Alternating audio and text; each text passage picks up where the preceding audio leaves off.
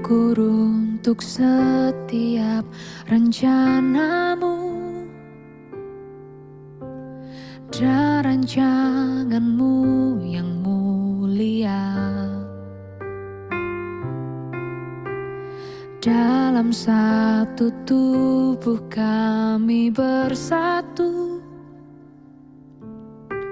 menjadi duta kerajaanmu.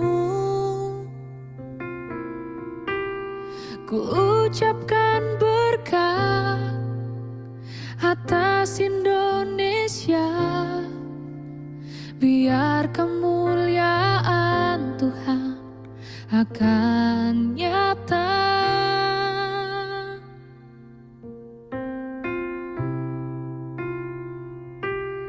Bagi bangsa ini kami berdiri dan membawa doa kami kepadamu. Sesuatu yang besar pasti terjadi dan mengubahkan negeri kami. Hanya nama-Mu Tuhan ditinggikan atas seluruh bumi.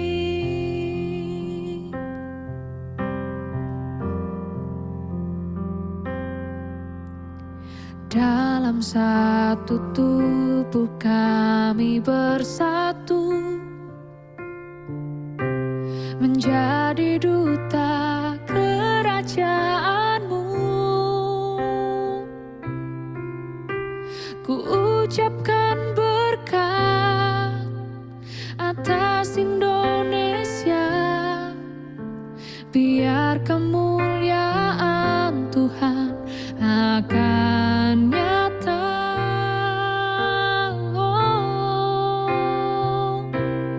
Bagi bangsa ini kami berdiri dan membawa doa kami kepadamu.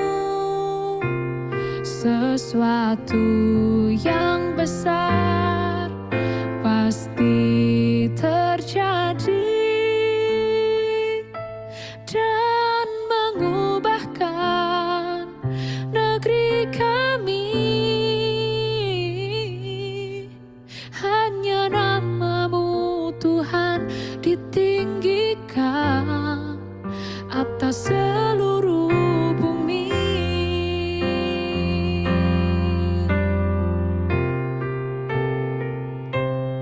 Bagi bangsa ini kami berdiri dan membawa doa kami kepadamu. Sesuatu yang besar pasti terjadi dan mengubahkan negeri kami. Hanya nama-Mu Tuhan ditinggikan atas seluruh bumi.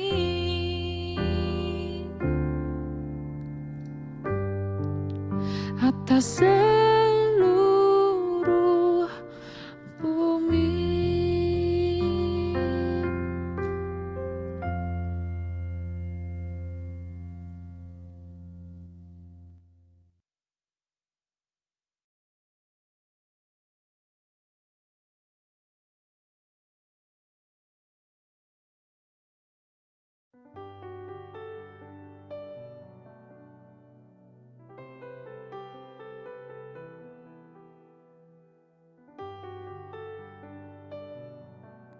Bapa, terima kasih Tuhan. Sebab hanya nama-Mu yang ditinggikan Tuhan di atas seluruh bumi. Kami mau berdiri Tuhan. Berdiri Tuhan menjadi pendoa syafaat bagi bangsa kami Tuhan Yesus. Engkau mencari di tengah-tengah mereka seorang yang hendak mendirikan tembok atau yang mempertahankan negeri ini di hadapan-Mu Tuhan, supaya jangan Engkau memusnahkan. Bapa di surga, bagi bangsa ini kami berdiri Tuhan. Sama seperti Tuhan Engkau memanggil Yehezkiel berdiri di tengah-tengah bangsa Yehuda. Dan di tengah-tengah kaum pemberontak yang tidak mengenal Allah dan tidak ingin mengenal Allah. Bapa di surga, dalam nama Yesus Kristus Tuhan, Engkau mencari penyembah-penyembah benar yang menyembah Bapa dalam roh dan kebenaran. Standing in the gap. Bapa, di dalam nama Tuhan kami Yesus Kristus, kami rindu Tuhan berdiri bagi bangsa, berdiri bagi kota, berdiri bagi keluarga kami. Sehingga nama-Mu dimasyurkan, bahkan Engkau menjadi Tuhan dan Raja untuk selama-lamanya. Dan tidak ada cemburu-Mu Tuhan yang akan membuat kami menjauh daripada-Mu. Tetapi biarlah Engkau mengasihi kami sama seperti Tuhan. Engkau yang telah menciptakan kami serupa dan segambar dengan Tuhan untuk menjadikan milik kesayangan-Mu. Bapa, kami rindu, kami berdiri Tuhan di tengah-tengah, mendirikan tembok untuk berdiri bagi kota, bangsa, dan keluarga kami. Di tahun 2024, tahun yang diberkati, kami rindu untuk berdiri bagi kota dan bangsa kami. Kami mau menjadi penyembah yang benar, yang menyerahkan seluruh kehidupan kami dalam nama Yesus. Kami bersyukur, kami berdoa, kami sambut firman. Dalam nama Yesus kami berdoa. Haleluya. Amin. Shalom Bapak Ibu sahabat GSIS yang diberkati oleh Tuhan Yesus Kristus. Pujian tadi berkata, bagi bangsa ini kami berdiri. Nah, saudaraku yang diberkati oleh Tuhan Yesus Kristus, jikalau bukan kuat dan gagah kita tidak akan sanggup berdiri berhadap-hadapan dengan Tuhan. Tetapi syukur kepada Tuhan yang oleh karena Yesus Kristus yang sudah menembus dosa kita semuanya. Saudara, adakah kepedulian bagi kita untuk berdiri bagi kota dan bangsa? Setiap hari kita mendengarkan firman Tuhan, mungkin kita akan berkata, saya kan sudah selamat. Saya sudah mendengarkan firman, saya sudah mengalami pembaharuan di dalam akal budi, saya sudah mendapat pembaharuan di dalam hati dan pikiran. Dan saudara, ini saatnya kalau engkau sudah dibaharui di dalam Tuhan, mari kita berdiri untuk kota dan bangsa kita. Saudara, di sekitar kita ada banyak orang-orang yang belum mengenal Tuhan secara pribadi. Dan saudaraku yang diberkati, apakah kita butuh alasan untuk menjadi hamba Tuhan? Apakah kita butuh alasan untuk menjadi hamba yang setia kepada Tuhan? Kita yang sudah dibuat Tuhan, diselamatkan, dibawa keluar dari gelap kepada terang Tuhan yang ajaib. Tuhan mencari orang-orang yang mau berdiri bagi kota, orang-orang yang mau berdiri bagi bangsa, dan orang-orang yang mau menghadapi tahun 2024 di dalam takut akan Tuhan. Saudara, ketika saya membaca dan merenungkan kitab Yehezkiel, sejujurnya hati ini gentar dan gemetar melihat betapa kemarahan Tuhan terhadap bangsa Yehuda, bangsa yang Dia katakan dikasihi, bangsa yang dipilih oleh Tuhan. Dan saudara, kemurkaan Tuhan karena kasih-Nya yang begitu besar. Dan kalau Dia mendidik bangsa Yehuda, oleh karena bangsa ini bukan anak-anak gampang, tetapi anak-anak terang yang sesungguhnya akan dibawa masuk kepada rencana Tuhan yang luar biasa.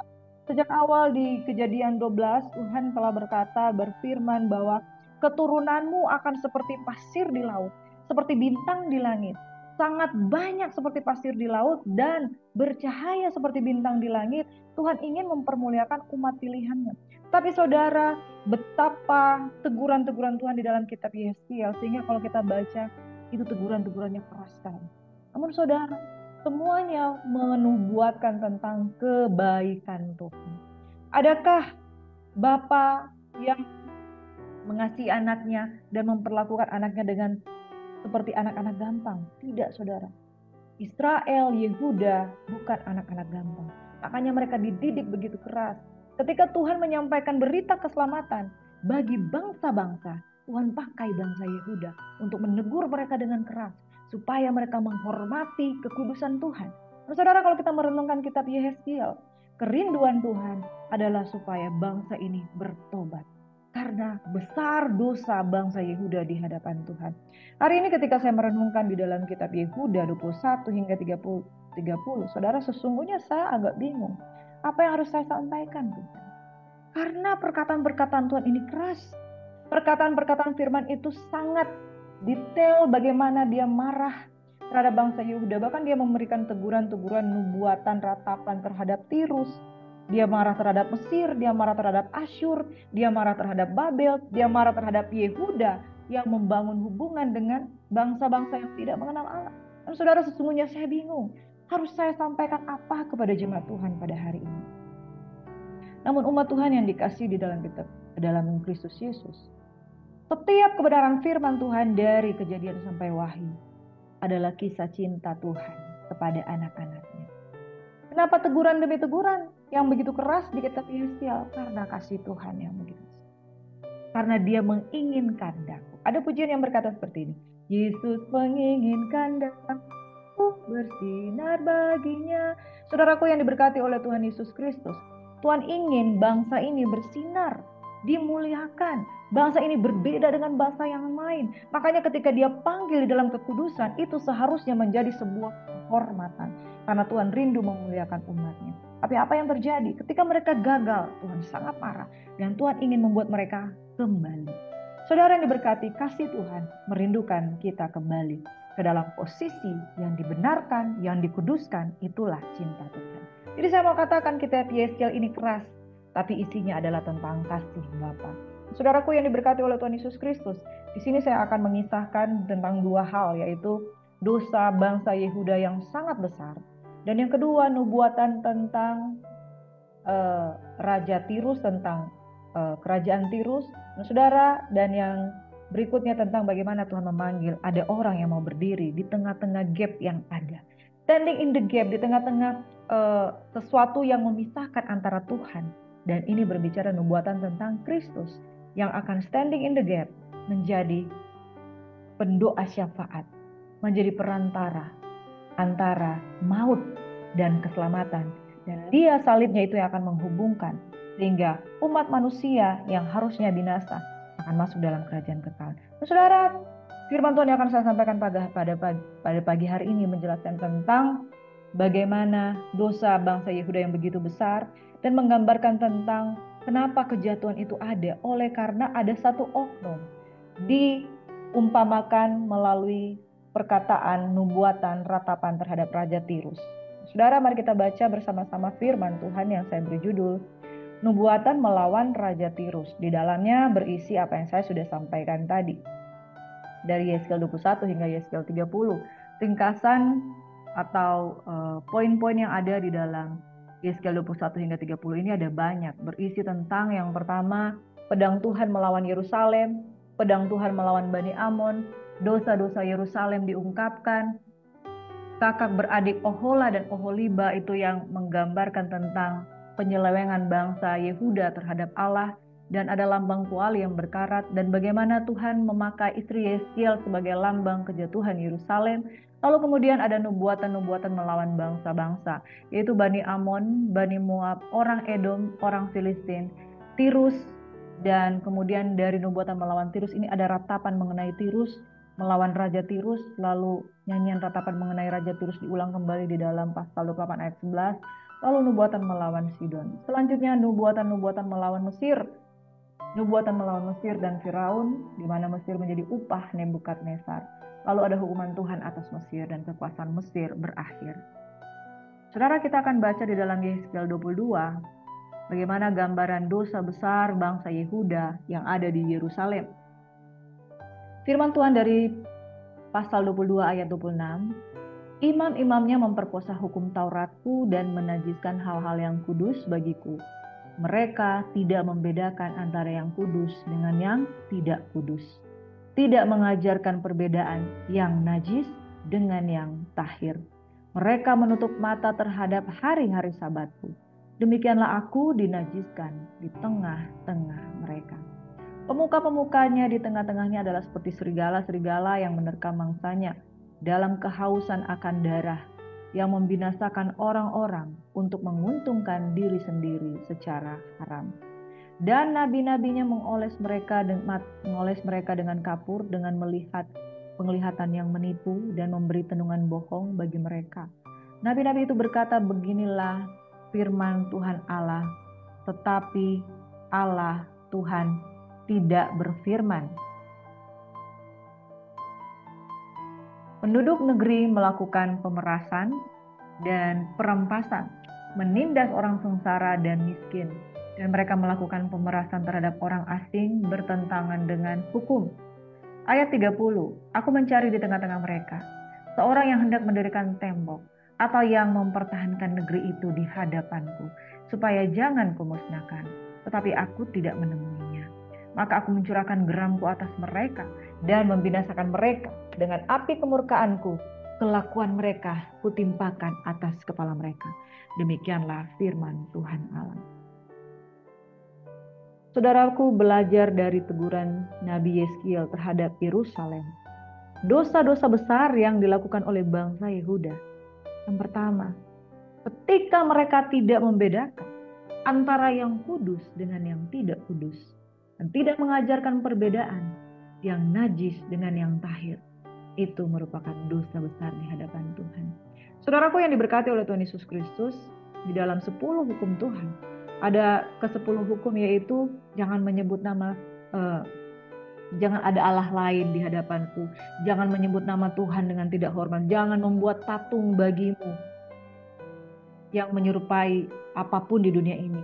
Lalu kemudian kuduskanlah hari Sabat. Saudara, hukum pertama hingga hukum yang keempat itu adalah berbicara tentang hubungan antara manusia dengan Tuhan. Hukum-hukum selanjutnya adalah hormatilah orang tuamu, jangan membunuh, jangan mencuri, jangan berzina, jangan bersaksi dusta, jangan mengambil akan milik sesamamu manusia. Itu hukum-hukum yang dilakukan antara manusia dengan manusia. Dan hukum-hukum kelima hingga hukum yang ke-10, saudara, itu bahkan tersirat di dalam hukum-hukum perdata, hukum-hukum pidana, dan saudara tentang hak mengambil hak orang, itu ada hukum perdata, hukum pidana, itu tertuang di dalam hukum-hukum manusia. Tetapi hukum yang pertama dan hukum yang keempat itu yang paling penting. Kadangkala manusia mengabaikannya. Dan saudara, jangan ada Allah lain di hadapanmu. Kuduskanlah hari Sabat. Dan saudaraku yang diberkati, jangan menyebut nama Tuhan dengan tidak hormat. Jangan membuat bagimu patung yang engkau anggap sebagai Tuhan, itu penyembahan berhala. Dan saudara, Tuhan sangat peduli dengan orang-orang yang menghargai kekudusannya. Amin. Ini yang saya mau sampaikan. Dosa besar bangsa Yehuda bukan karena mereka tidak memuji dan menyembah Tuhan. Yesaya mengatakan bangsa ini memuliakan aku dengan mulutnya, dengan bibirnya, tapi hatinya menjauh daripadaku. Saudara, kurang apa mereka melakukan peribadatan? Bahkan ketika raja-raja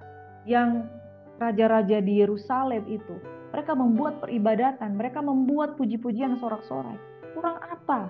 Mereka memiliki ribuan orang dari Bani Asaf, ya, Bani Yedutun, ya. Saudaraku yang diberkati, kurang apa mereka ada dalam memuji dan menyembah Tuhan. Tetapi perihal membedakan antara yang kudus dan yang tidak kudus, mereka gagal. Mereka menutup mata terhadap hari-hari Sabat. Demikianlah aku dinajiskan di tengah-tengah mereka. Teguran Tuhan terhadap bangsa Yehuda, kerajaan ini adalah kerajaan imam, kerajaan yang memuliakan Tuhan. Dan yang Tuhan minta daripada mereka adalah memuliakan Tuhan. Jangan ada Allah lain, tetapi mereka bergaul dengan bangsa lain. Kuduskanlah hari Tuhan, namun mereka tidak menguduskannya. Saudara, dosa besar bagi bangsa Yehuda. Hari ini engkau dan saya memasuki tahun 2024. Hormati kekudusan Tuhan. Bedakan mana yang kudus dan mana yang tidak kudus. Jangan sembrono. Ketika kita meletakkan persembahan kita, saudara, pastikan kita menghormati Tuhan dan mengampuni orang yang bersalah kepada kita. Kemudian di ayat yang ke-27, pemuka-pemuka di tengah-tengahnya adalah seperti serigala yang menerkam mangsanya dalam kehausan akan darah, yang membinasakan orang untuk menguntungkan diri secara haram. Saudaraku yang diberkati oleh Tuhan Yesus Kristus, mencari keuntungan di dunia ini. Kalau untuk mencari nafkah kita pasti mencari untung. Tetapi menguntungkan diri secara haram itu Tuhan tidak berkenan. Dan nabi-nabinya mengoles mereka dengan kapur, dengan melihat penglihatan yang menipu dan memberi tenungan bohong bagi mereka. Nabi-nabi itu berkata, beginilah firman Tuhan Allah, tetapi sesungguhnya Tuhan tidak berfirman. Saudara, adalah bahaya bagi hamba-hamba Tuhan yang mengatasnamakan Tuhan untuk berbicara firman, tapi sesungguhnya Tuhan tidak mengutus dia. Itu Tuhan sangat marah kepada mereka. Makanya Tuhan memilih orang-orang yang punya hubungan yang kuat dengan Tuhan. Seperti Yeskiel, seperti Yeremia, seperti Yesaya. Saudara, jangan main-main bangun hubungan dengan Tuhan. Jangan atas nama Tuhan, tapi Tuhan tidak berfirman. Dosa lainnya yang dilakukan oleh bangsa Yehuda, yaitu mereka melakukan pemerasan, perampasan, menindas orang sengsara dan miskin, dan mereka melakukan pemerasan terhadap orang asing bertentangan dengan hukum. Lalu Tuhan berkata begini, di tengah-tengah pelanggaran besar dosa umat Yehuda, aku mencari di tengah-tengah mereka seorang yang hendak mendirikan tembok atau yang mempertahankan negeri itu di hadapanku supaya jangan kumusnahkan, tapi aku tidak menemuinya. Sesungguhnya Tuhan sedang mencari orang-orang yang mau berdiri bagi kota, orang-orang yang mau berdiri bagi bangsa. Dan ini juga merupakan nubuatan bahkan bahwa akan ada waktunya ada satu pribadi yang akan berdiri di tengah-tengah mereka, seorang yang mendirikan tembok atau the intercessor, pendoa syafaat, imam besar yang mempertahankan negeri Yerusalem di hadapan Tuhan. Supaya jangan kumusnahkan, tapi aku tidak menemuinya. Dan Tuhan Yesus menggenapkan semuanya itu. Maka aku mencerahkan geramku atas mereka dan membinasakan mereka dengan api kemurkaanku. Kelakuan mereka aku timpakan atas kepala mereka. Demikianlah firman Tuhan Allah. Bangsa Israel masih tertutup matanya terhadap Mesias. Tapi bagi orang yang menerima Mesias, maka mereka akan diluputkan. Saudaraku yang diberkati oleh Tuhan Yesus Kristus, di dalam kitab Yeskiel 22 ini, dosa besar bangsa Yehuda membutuhkan Mesias untuk berdiri di tengah-tengah mereka. Mendirikan tembok, mempertahankan negeri itu di hadapan Tuhan supaya jangan dimusnahkan. Saudara, kita tidak luput dari yang namanya dosa. Kita tidak kudus, kita tidak benar, kita tidak menjaga hidup diri kita terhadap sabatnya Tuhan. Dan kita melakukan banyak pencemaran kejahatan, kita membutuhkan juru selamat. Amin. Mesias. Saudaraku yang diberkati oleh Tuhan Yesus Kristus, kita membutuhkan keselamatan daripada Tuhan. Di Yeskiel 26 hingga 28 juga saudara akan menceritakan firman Tuhan tentang nubuatan tentang Raja Tirus, tentang kerajaan Tirus. Saudara, Yeskiel 26 nubuatan melawan Tirus ini mengungkapkan bahwa sesungguhnya kejatuhan manusia itu karena ada satu oknum, yaitu Tirus ini menggambarkan ada satu oknum, yaitu iblis tidak senang sehingga iblis ini membawa sebanyak-banyaknya orang-orang jatuh di dalam dosa. Nubuatan melawan Tirus ini merupakan gambaran tentang oknum setan atau iblis yang karena kejatuhannya dia mau membawa sebanyak-banyaknya manusia jatuh di dalam dosa. Dan saudara, kita membutuhkan juru selamat. Juru selamat yang membuat kita keluar dari semua tipu daya dosa. Dia adalah iblis, diabolos. Dia menggunakan tipu daya karena dia tidak punya kuasa. Dia tidak maha kuasa. Saudara, di dalam nubuatan melawan Tirus ini mari kita melihat gambaran kejatuhan yang oleh karena si iblis atau si diabolos itu sendiri. Pada tahun ke-11 dalam bulan yang tertentu, pada tanggal 1 bulan itu, demikianlah firman Tuhan kepadaku. Hai anak manusia, oleh karena Tirus berkata mengenai Yerusalem, syukur, sudah rusak pintu gerbang bangsa-bangsa itu. Ia akan beralih kepadaku, sehingga aku menjadi penuh, tetapi ia menjadi reruntuhan. Saudara yang diberkati oleh Tuhan Yesus Kristus, gambaran tentang setan, gambaran tentang iblis, dia suka melihat orang benar itu jatuh. Dia suka melihat orang benar itu ditipu daya. Sudah rusak pintu gerbang bangsa itu, ia akan beralih kepadaku. Karena dia tahu ketika manusia jatuh ke dalam dosa, dia akan beralih kepada si diabolos atau iblis itu. Sehingga aku menjadi penuh, tapi ia menjadi reruntuhan. Jadi kenapa Yerusalem terus-menerus jatuh di dalam dosa? Kenapa umat manusia terus-menerus mengalami kejatuhan? Karena ada oknum. Oknum yaitu si diabolos atau iblis yang ingin sebanyak-banyaknya manusia jatuh di dalam cengkraman tipu dayanya, menjauh dari kekudusan Tuhan. Ayat 3, oleh sebab itu beginilah firman Tuhan Allah, lihat aku menjadi lawanmu hai Tirus, aku akan menyuruh bangkit banyak bangsa melawan engkau, seperti lautan menimbulkan gelombang-gelombangnya. Mereka akan memusnahkan tembok-tembok Tirus dan meruntuhkan menara-menaranya.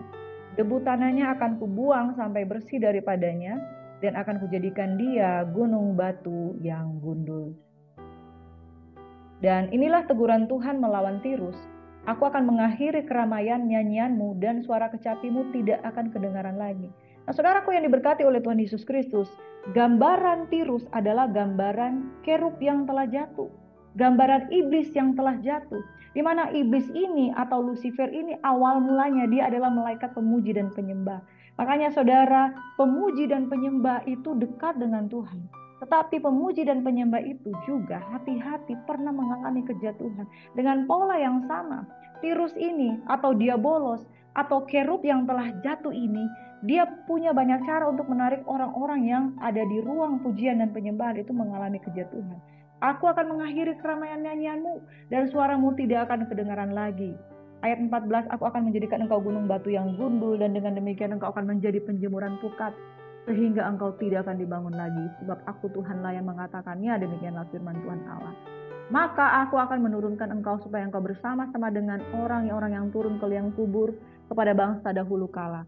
Dan aku akan membuat engkau tinggal di bumi yang paling bawah seperti reruntuhan dahulu kala bersama dengan orang-orang yang turun ke liang kubur, supaya engkau jangan lagi didiami orang dan jangan tampil lagi di negeri orang-orang hidup.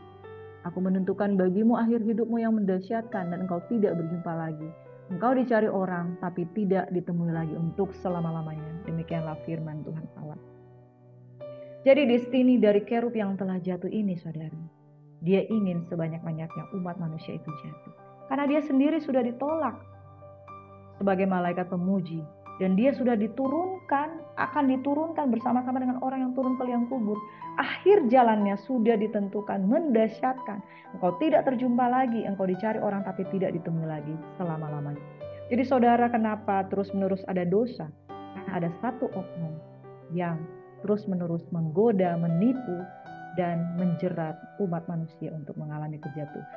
Tahun 2024 jadilah kuat dan jangan sampai masuk di dalam jerat tipu daya iblis. Saudara, berbicara tentang Tirus ini, sekilas kalau lihat di gambaran bagaimana ilmu teologi menjelaskan, yaitu kerub Yeskiel di Taman Eden adalah seorang figur yang disebutkan di Yeskiel 28 yang kita akan baca sebentar, diidentifikasikan dengan Raja Tirus, yaitu Itobal III yang memerintah tahun 600-an sebelum Masehi. Dia daftar dari Tirus dari Yusufus adalah orang yang memerintah sama dengan Yeskiel pada masa kejatuhan Yerusalem pertama. Nah, kekristenan biasanya menghubungkan rujukan tersebut dengan kejatuhan setan. Kemudian Yeskiel telah mengutip Taman Eden dalam 2 pasal dan salah satunya pasal 28 ayat 11 sampai 19, di mana gambaran Raja Tirus ini sebagai kerub di Taman Eden. Saudara, salah satu mengatakan bahwa nabi tersebut menggambarkan kerub dalam pandangan primordial yang diistilahkan oleh dosa dan pengasingan dari gunung Allah.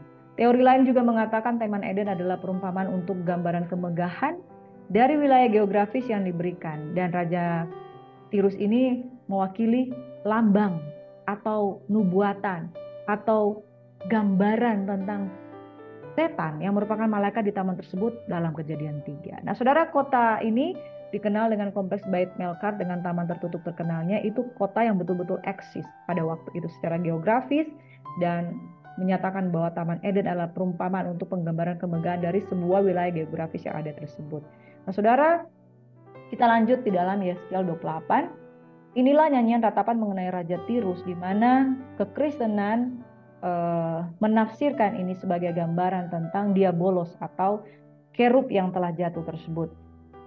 Lalu datanglah firman Tuhan kepadaku, hai anak manusia, ucapkanlah suatu ratapan mengenai Raja Tirus dan katakanlah kepadanya, beginilah firman Tuhan Allah, gambar dari kesempurnaan engkau, penuh hikmat dan maha indah.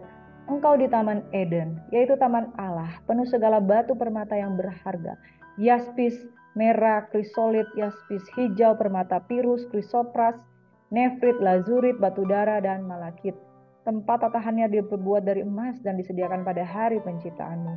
Kuberikan tempatmu di dekat kerub yang berjaga. Di gedung kudus Allah engkau berada dan berjalan-jalan di tengah-tengah batu yang bercahaya.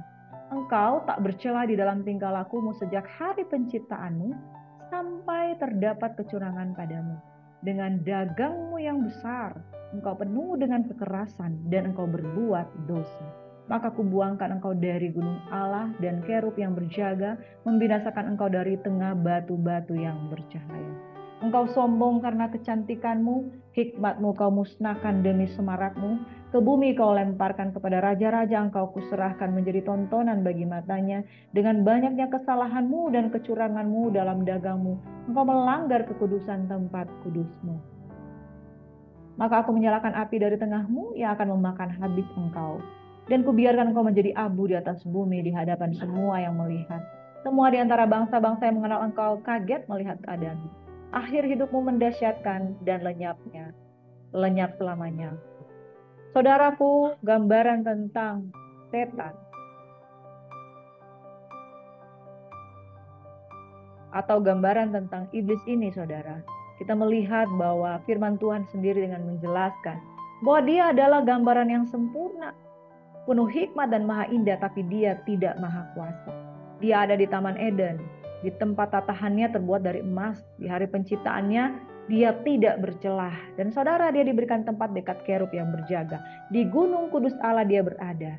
Nah, saudaraku yang terkasih dalam Tuhan Yesus Kristus. Jadi ada dosa-dosa besar yang menjadi akar permasalahan kejatuhan dari si diabolos atau setan ini. Yaitu yang pertama, dia orangnya memiliki dagang yang besar. Berbicara tentang dagang yang besar adalah orang-orang yang suka mengambil keuntungan. Berbicara tentang dagang yang besar adalah orang yang suka memiliki tipu daya. Berbicara tentang dagang yang besar, bicara tentang orang yang suka strategi, suka rancangan dari miliknya sendiri. Hati-hati dengan sifat seperti ini. Sifat yang suka berdagang, sifat yang suka mencari keuntungan, sifat yang tidak mau melakukan sesuatu kalau tidak mendapatkan imbalan, suka yang tidak mau mendapatkan sesuatu kalau tidak mendapatkan keuntungan yang sebesar-besarnya. Itu adalah ciri-ciri dan sifat-sifat dari Lucifer. Dengan dagangmu yang besar, engkau penuh dengan kekerasan. Oleh karena strategi-strategi kelicikan keserakahan yang dia miliki, dia punya strategi kekerasan dan akhirnya mengalami kejatuhan. Hati-hati saudara dengan sifat-sifat bawaan dari iblis ini. Kalau itu mencengkram dalam kehidupanmu, engkau pengen, bahkan ada orang-orang mengikuti Tuhan, punya dagang yang besar. Saya tidak mau melayani kalau Tuhan tidak memberi. Ini cara-cara berdagang, saudara. Cara-cara mengambil keuntungan. Tidak mau melakukan sesuatu kalau tidak mendapatkan keuntungan. Saudara, itu adalah sifat-sifat Lucifer yang kita harus buang jauh-jauh dalam kehidupan kita. 2024, mari kita jadi lebih baik. Sifat dagang yang besar itu jauh dari sifat yang tulus hati. Yesus tidak berdagang, bahkan dia membenci orang-orang yang berdagang di bait suci. Makanya sifat Yesus sangat berbeda dengan sifat Lucifer. Sifat Lucifer itu suka mencari keuntungan, suka pasang strategi, suka menipu daya, dan suka membuat strategi untuk mencari keuntungan. Tapi Tuhan Yesus tidak pernah membuat strategi untuk mencari keuntungan. Dia penuh dengan ketulusan. Sifat Yesus penuh dengan pengorbanan. Sifat Yesus penuh dengan salib. Makanya saudara, hal yang berbeda ini akan menjadi sesuatu tanda. Sesungguhnya engkau sedang dijerat iblis atau engkau sedang ada di jalan keselamatan. Tuhan sedang mencari orang yang mau berdiri di tengah-tengah gap yang besar ini. Dan gap ini dibuat oleh kuasa kegelapan. Dibuat oleh iblis dengan dagangnya yang besar yang suka mencari keuntungan. Suka melakukan sesuatu yang harus meminta upah. Maka dia dibuang dari gunung Allah. Dan kerub yang berjaga membinasakan dia dari tengah batu yang bercahaya. Sifat besar yang pertama adalah suka berdagang. Terjemahannya itu banyak sekali saudara. Seperti yang saya sudah tafsirkan tadi. Dan bisa lebih banyak lagi saudara menggali tentang dosa-dosa Lucifer. Yang berikutnya, engkau sombong karena kecantikanmu. Jadi sifat yang berikutnya ternyata kesombongan itu nomor 2. Kita pikir kesombongan itu nomor 1, ternyata kesombongan itu nomor 2. Sifat yang utama adalah suka berdagang atau suka mencari keuntungan. Suka memasang strategi untuk mencari keuntungan yang sebesar-besarnya. Sifat yang kedua yang mendasar dalam kehidupan iblis adalah sombong. Kecantikan itu bagian dari sombong. Hikmat yang tidak berdasarkan takut akan Tuhan adalah bagian dari sombong. Dimusnahkan demi semarakmu, di bumi engkau dilempar. Saudara, dengan banyaknya kesalahanmu dan kecurangan dalam dagangmu, engkau melanggar kekudusan tempat kudusmu. Maka aku menyalakan engkau api dari tengahmu yang memakan habis engkau, dan kubiarkan engkau menjadi abu di atas bumi di hadapan semua orang yang melihatmu. Semua di antara bangsa-bangsa yang mengenal engkau kaget melihat keadaanmu. akhir kehidupanmu mendahsyatkan dan lenyap untuk selama-lamanya. Nah saudara, kalau kita baca juga di dalam kitab Yesaya, aku ingin naik ke tempat tinggi, aku ingin duduk di tahta Allah. Ada 5 hal dia ingin meninggikan diri. Dan itu adalah dosa yang paling utama yang dimiliki oleh iblis. Saudara, mengenal dosa-dosa iblis itu meninggikan diri, berdagang dan sombong, itu adalah dosa-dosa yang harusnya tidak menjadi bagian dari kita. Itu sebabnya Yehuda dianggap bersalah ketika dia buka celah dan mengizinkan kuasa-kuasa iblis itu untuk menjatuhkan dia. Saudara, jangan masuk dalam jerat iblis. Pastikan 2024 ada Yesus yang memberikan kita hikmat untuk terus berada di jalan keselamatan, tetap mengerjakan keselamatan dengan takut dan gentar. Saya kembali ke dalam Yeskiel 22, saudara. Aku mencari di tengah-tengah mereka seorang yang hendak mendirikan tembok atau yang mempertahankan negeri itu di hadapanku, supaya jangan kumusnahkan. Tuhan mencari orang-orang yang mau berdiri. Dosa dan iblis, sang pembuat onar yang selalu menjerat di dalam tipu daya, itu ingin menjatuhkan sebanyak-banyaknya orang untuk jatuh dalam dosa. Tapi Yeskiel matanya tertuju kepada Tuhan, dia melihat kemuliaan Tuhan, bahkan dia menyaksikan kerubim-kerubim itu di dalam kemuliaan Tuhan. Tuhan memanggil dia untuk masuk di dalam kekudusan. Mari kita jauhkan diri dari dosa-dosa Yehuda, dosa-dosa Yerusalem, karena kita tahu latar belakang kejatuhan dosa itu ada iblis. Dalam Yeskiel 26, Yeskiel 27, Yeskiel 28 ada sifat-sifat iblis yang kita harus kenali dan jangan sampai kita masuk di dalam jerat iblis. Sebaliknya kita pegang Yesus sebagai pendoa syafaat, dan kita yang juga menerima Yesus, kita juga menjadi pendoa syafaat, berdiri bagi bangsa, berdiri bagi kota, sampaikan firman supaya sebanyak mungkin jiwa diselamatkan. Amin. Tuhan Yesus memberkati kita semua. Mari kita satu dalam doa. Bapa, terima kasih Tuhan, kami mempelajari firman Tuhan yang membuat segala mata rohani kami tercelik, bahwa karena dosa Yerusalem jatuh karena mereka melihat yang buruk dari segala godaan. Mereka tidak berjaga-jaga atas kekudusan, mereka tidak membedakan mana yang najis dan tidak najis. Mereka melakukan hal-hal yang jahat, mereka melakukan hal-hal yang mendukakan hati Tuhan. Dan Bapa di surga, di firman Tuhan ini kita juga belajar ada sifat-sifat karakter iblis yang harus kami jauhkan. Dan kami percaya ketika kami pegang Yesus, maka kami akan beroleh keselamatan dan hikmat untuk kami tidak melakukan hal-hal yang tidak Engkau kehendaki.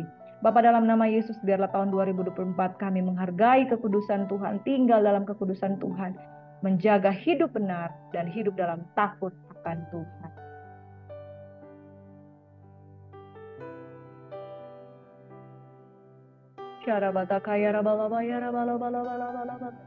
Kami mau memuji kebesaran-Mu Tuhan.